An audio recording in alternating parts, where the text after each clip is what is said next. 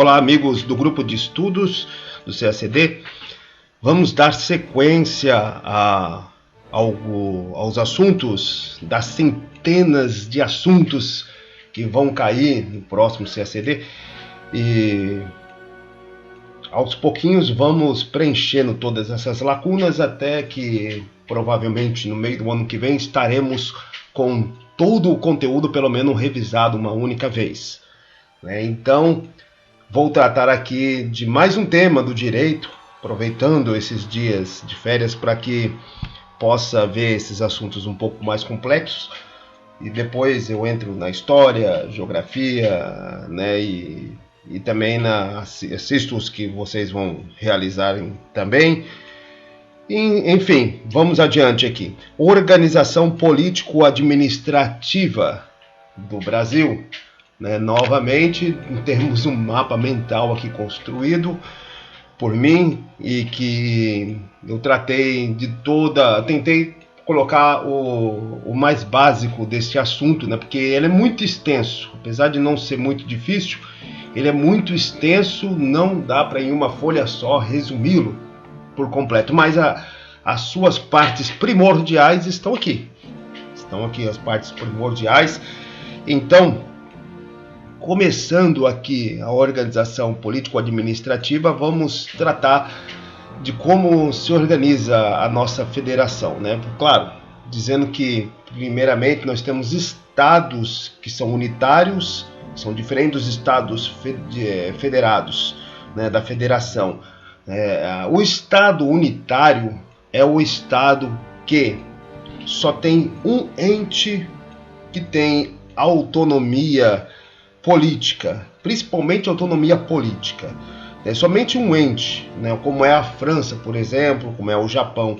No caso desses estados, o resto ele pode ter autonomia até administrativa, mas não tem autonomia política, financeira, orçamentária. Somente um único ente tem essa autonomia. Ele é escolhido pela população, Claro, tem as suas divisões de poderes. No caso da França, no caso do Japão, nos outros casos tem as suas divisões de poderes, mas é apenas um ente que tem essa auto-organização política, auto-organização legislativa e autogoverno. Os outros podem até se admitir uma organização, uma auto-organização administrativa, mas sob a tutela das leis, que é o único ente que tem poder político faz. Então esse é o Estado unitário. No caso da federação, não. No caso da federação são dois ou mais entes, possuem autonomia política, financeira e administrativa. Então, no caso do Brasil, no caso dos Estados Unidos, no caso, se eu não me engano, da Austrália, da Rússia e de outros países, existe sim uma federação e cada um tem a sua autonomia política, financeira, administrativa. No caso aqui do Brasil, nós temos a autonomia política dos estados, dos municípios, do órgão. Não há hierarquia nenhuma entre os entes que possuem essa autonomia. Não há um mando da União em relação aos estados, ao Distrito Federal, aos municípios. Não existe nenhuma hierarquia. Existem competências diferentes. Claro que vai falar, mas a União ela pode legislar sobre certos assuntos e ele legisla para todo o país inteiro, atingindo inclusive os municípios. E os municípios não possuem essa capacidade de legislar a ponto de atingir a União. Não é bem assim também, não.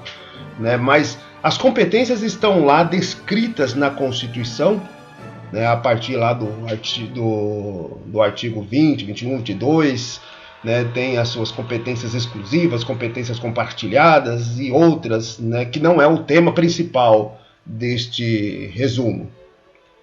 Mas são mais de dois entes que possuem autonomia política, financeira, administrativa. No caso do Brasil, quanto à sua origem, chama-se né, uma federação centrífuga. E caso dos Estados Unidos, centrípeta, né? Vamos já fazer aqui a nossa consideração. No caso dos Estados Unidos, antes de sua independência, nós tínhamos uma confederação, né? As 13 colônias, lá naquela história, se a gente buscar no conhecimento histórico, temos as 13 colônias que tinham soberania, tinham autonomia política, financeira, administrativa. Elas não dependiam umas das outras, tinham total soberania. E num certo momento, principalmente para se defender da Inglaterra, no momento que eles iniciaram o movimento de independência, eles juntaram-se numa confederação. Essa confederação, depois da independência, ela evoluiu na Convenção da Filadélfia em 1787, evoluiu para uma federação. E aí, uma federação centrípeta. Centrípeta quer dizer o quê? De agregação. Os estados, as 13 colônias, eram soberanas, tinham autonomia completa política, financeira, administrativa e uniram-se para criar a União. Ao criar a União, elas determinaram numa Constituição os limites dessa União, os afazeres dela, ou seja, foi uma agregação de estados soberanos que abriram mão de sua soberania e então criaram a União. A União foi criada e teve então determinados assuntos pela confederação, pela antiga confederação. Então houve uma determinação, no caso aí dos Estados Unidos. No caso brasileiro não foi assim que aconteceu. A evolução das coisas não foram desta forma. Em 1822, né, a Constituição de 24, ela considerou então que a União, né, o príncipe regente, se transformou em imperador, Dom Pedro I. Ele, ao construir a nova Constituição de 1824, ele pegou as partes, ele formou as partes, né? Os estados foram então desenhados, suas ações, os seus limites, as suas competências foram todas desenhadas pela União, que tinha a representação, sua representação era o príncipe regente. Então foi feito de desagregação. O poder central, na pessoa do imperador Dom Pedro I, criou os poderes dos estados, as competências dos estados. Então, assim que foi feita uma federação centrífuga, né? Claro, vamos discutir ela melhor aqui depois, né? Depois de passarmos por toda essa parte que fala dos membros, dos poderes, né? Mas, enfim, toda a federação ela tem autonomia política, né? Auto-organização, autolegislação, auto-administração e autogoverno, né? Os entes possuem essas características, né? E em geral, ela, quer dizer, é uma regra, né, de toda federação, a indissolubilidade, a proibição de secessão é proibido, né? Nos Estados Unidos, na Guerra de Secessão, foi exatamente o fator da proibição de secessão que gerou a Guerra de Secessão, que também não é o assunto principal desse áudio resumo. Seria lá na história. Mas temos a rigidez constitucional.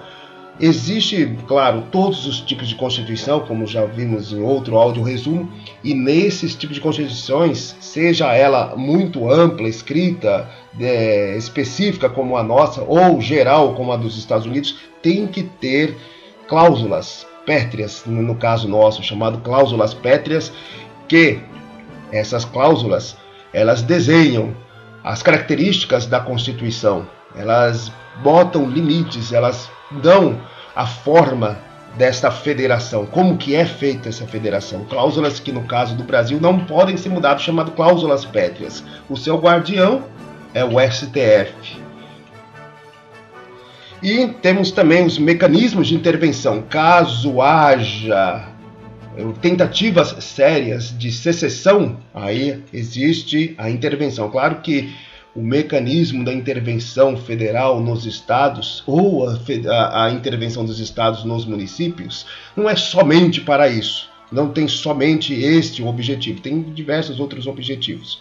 Como o 8 de janeiro de 2023, podemos ver que a intervenção federal no DF, no Distrito Federal, foi por outros motivos e não pela secessão, né? E nós temos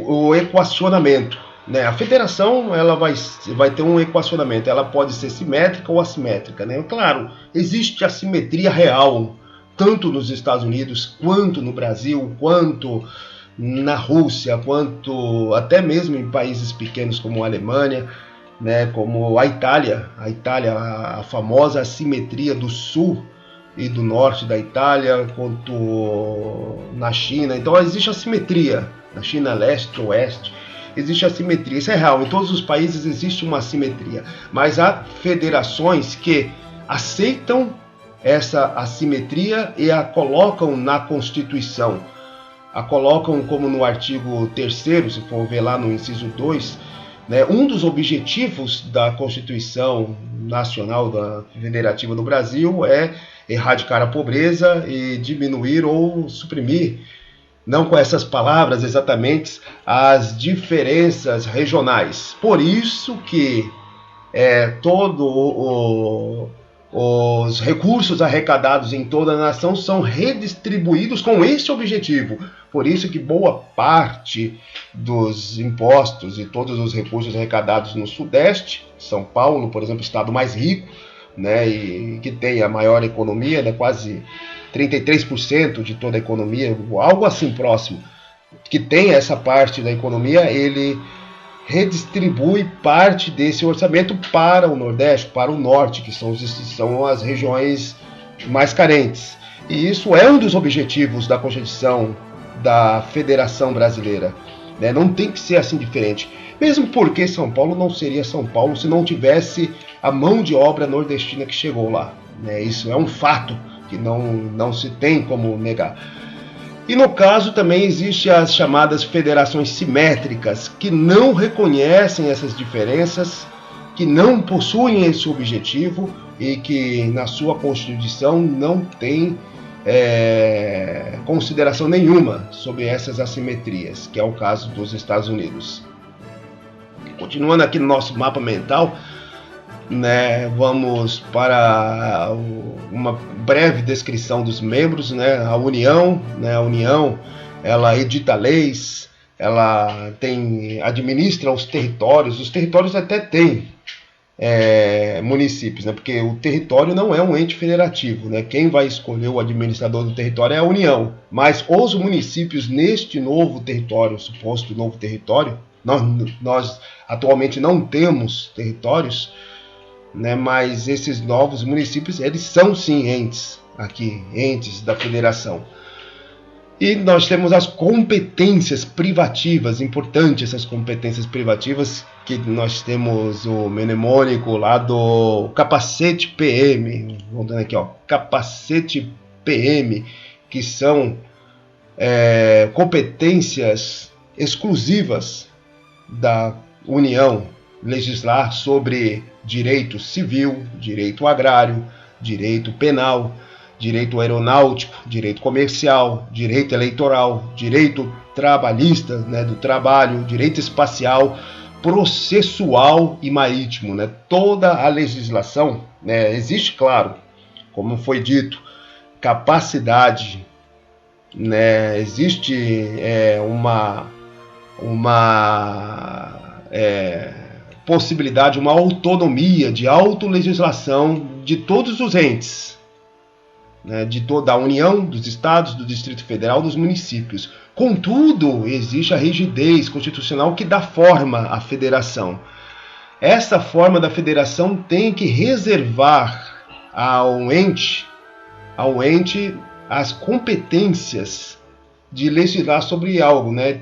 Fora as competências privativas da União nestes quesitos, os estados podem legislar sobre qualquer outra coisa, né? Por exemplo, não pode legislar sobre os conceitos básicos penais, sobre os conceitos básicos da aeronáutica, da comercial, porque senão não teríamos país. Isso no direito brasileiro, porque se considerarmos aos Estados Unidos, os estados possuem uma autonomia muito maior do que os estados brasileiros, no caso, mas é porque existe uma outra forma, um outro contexto histórico da construção da Federação Norte-Americana.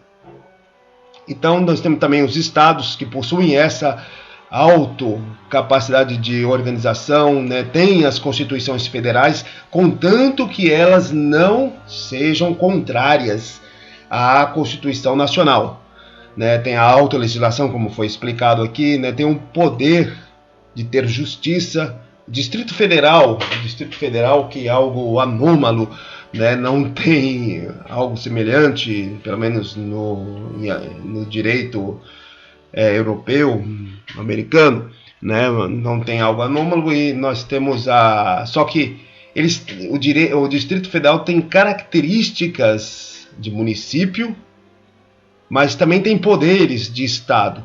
Ele tem governador, mas se organiza não por constituição estadual, mas sim por lei orgânica, que segue um outro rito e outra forma, mas tem competências de estado. Ele tem a sua polícia, ele tem o Ministério Público do Distrito Federal, tem o Corpo de Bombeiro, porém a manutenção, formação destes é feito pela União, mas o mando deles é do Distrito Federal, né?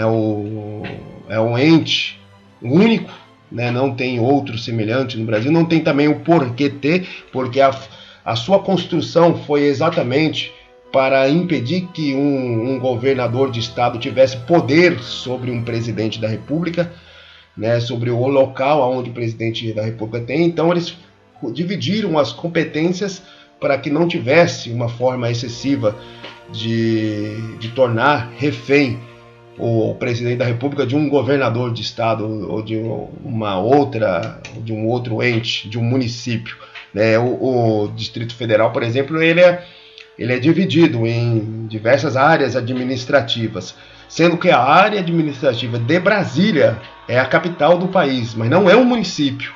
Ele não constitui um município, isso que é o mais estranho. Quanto aos municípios, se organizam por lei orgânica, como todos nós sabemos, não tem poder judiciário e entrou como ente federativo apenas na Constituição de 1988. Na Constituição de 1824 não tinha, da de 1891, da de 1934, da de 1937, da de 1946, da de 1967, não tinham os municípios como ente federativo. Se formos para os Estados Unidos, também não são entes federativos os municípios, né? Lá tem aproximadamente 39 mil municípios, né? Eles possuem aproximadamente 110 milhões de habitantes a mais do que o Brasil.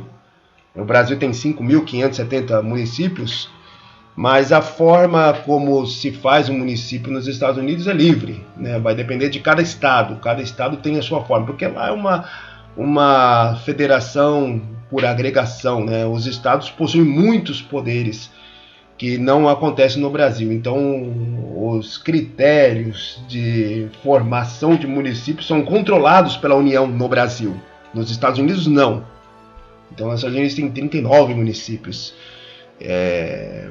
Continuando aqui, então, os poderes da organização são o executivo, legislativo, judiciário, o clássico de Montesquieu de poderes, né? Lembrando que tem países que dividem até em 7. Se formos pegarmos o parlamentarismo alemão, divide-se em 7 esferas de poder.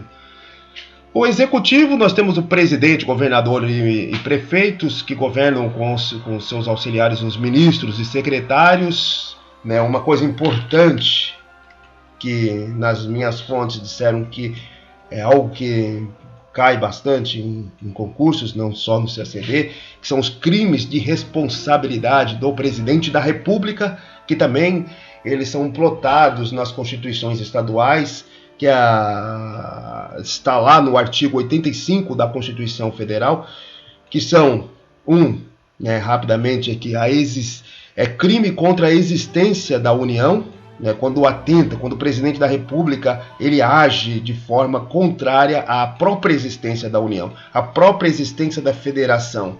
Quando ele age também contra o livre exercício do poder legislativo, judiciário, do Ministério Público e dos poderes constitucionais das uniões. Lembrando que o Ministério Público não é nem um órgão do Executivo, do Legislativo, nem do Judiciário.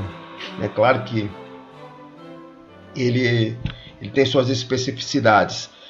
Também é crime de responsabilidade do presidente da República, já falei isso aqui, do livre exercício do poder legislativo, judiciário, do Ministério Público e dos poderes constitucionais das unidades, dos estados, dos municípios, quando o presidente da República atenta contra essa liberdade.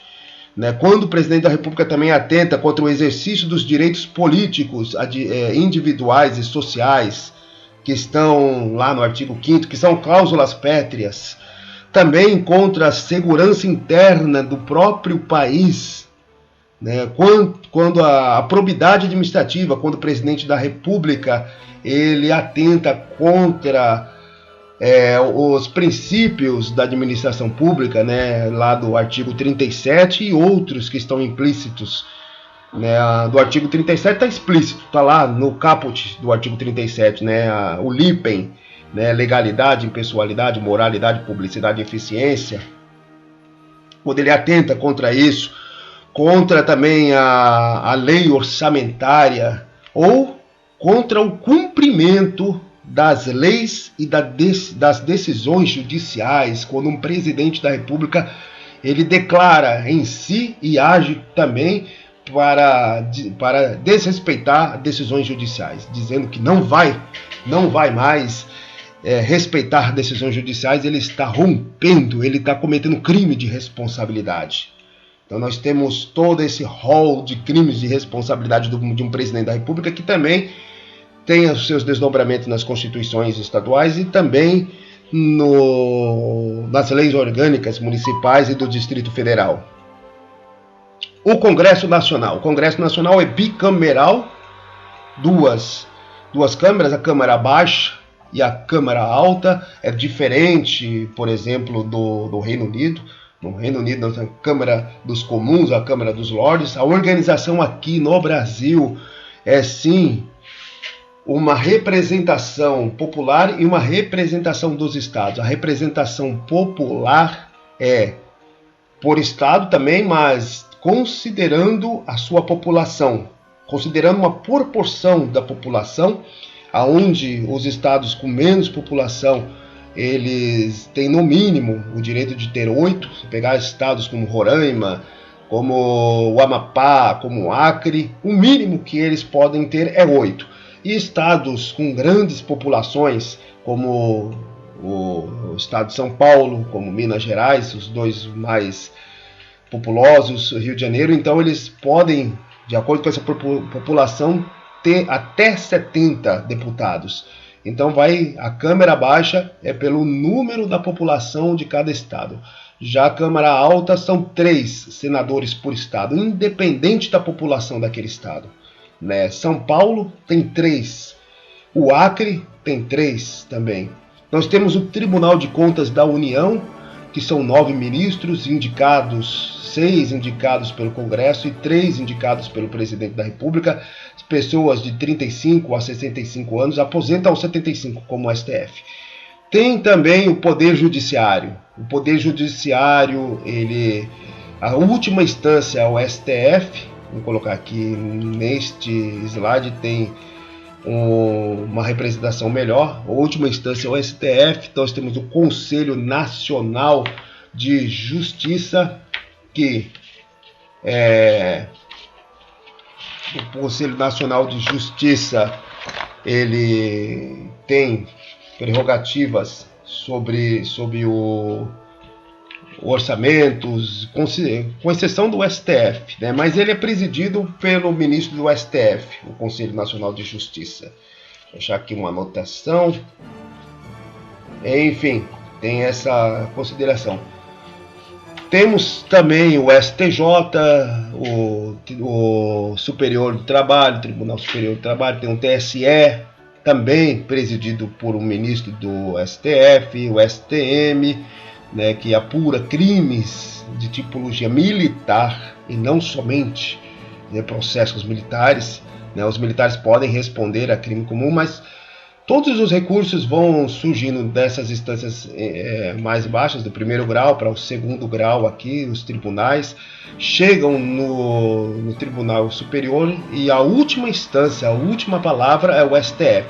Considerando que o STF é o guardião da Constituição, mas é a última palavra em questões de cláusula pétrea. A interpretação sobre o que é uma cláusula pétrea, se uma lei construída, feita pelo Legislativo, feita pelo um decreto do Executivo, se eles contrariam a Constituição, o STF vai dar a sua última palavra, mas ela dá realmente a última palavra quando se trata de cláusula pétrea, cláusula que não pode ser mudada. Com relação às outras cláusulas, as não pétreas, vamos dizer assim, então o STF ele pode dar a última palavra, mas o poder constituído legislativo e executivo pode refazer a sua posição e modificar o seu entendimento, deixar claro o que está sendo decidido. Voltando aqui ao nosso mapa mental, para terminarmos a última parte aqui, né, depois de tratarmos dos entes federativos, né, dos tipos dos entes federativos, dos poderes que tem em cada um, o judiciário não tem no município. Nós vamos agora para a questão do federalismo brasileiro. O federalismo brasileiro é proibido a secessão, como todos os federalismos, né? Se haver uma tentativa séria, há motivo para a intervenção federal. E no caso das possibilidades internas, pode acontecer agregação, desmembramento de estados, desde que consultada a população diretamente interessada, né, por plebiscito.